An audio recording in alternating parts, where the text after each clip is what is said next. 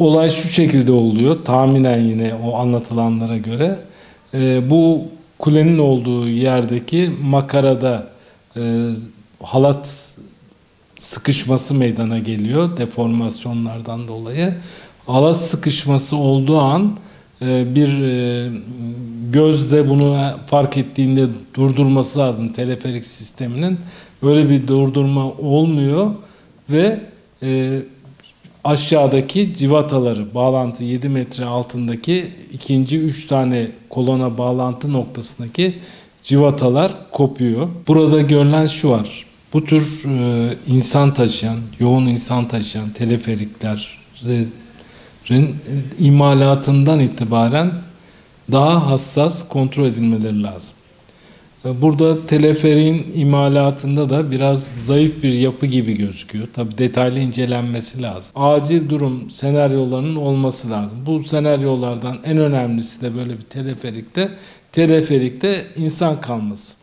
Bununla ilgili teleferikte bir acil kurtarma tertibatının ayrıca yapılmış olması gerekirdi ve her teleferik kolonunun altına insanlar indikleri vakitte yine bir patika yolla sağlıklı bir yola ulaşmalarını sağlayacak sistemin olması lazımdı.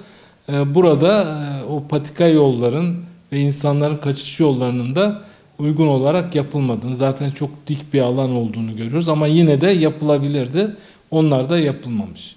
Yani böyle bir zincir olaydan dolayı da zaten 23-24 saat mahsur kalıyorlar. Bu tür durumlara göre dayanıklı bir yapının olması lazımdı. Bu veyahut da işte her sene o civatalar ve diğer bütün elemanlar tek tek kontrol edilerek gerekirse değiştirilmesi lazım. Çünkü binlerce kişinin kullandığı bir şey. Burada o bakımdan sıkıntı var. Bakım yapan firma ve bakımda sonraki prosedürün tam uygulanmaması, bakım yapan firma gerçekten sağlıklı yapmadığı kontrol edilmesi açısından sıkıntı gözüküyor. Mutlaka yılda bir defa en aşağısından tatbikat yapılması lazım. İşte bir yangın ve bu yukarıdan insan kurtarma ile ilgili mutlaka tatbikat yapılması lazım.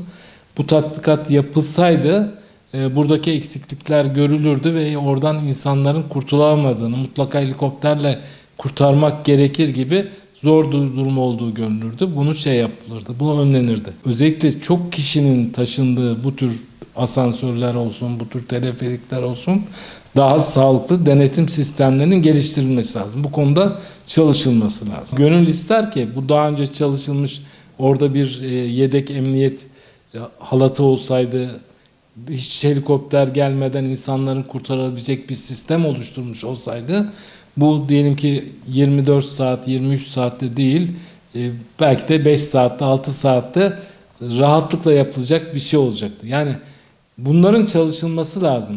Hangi firmada, hangi işte olursa olsun bunların çalışması lazım. Olan olaylardan ders çıkarmazsak aynı şeyleri defalarca konuşuruz.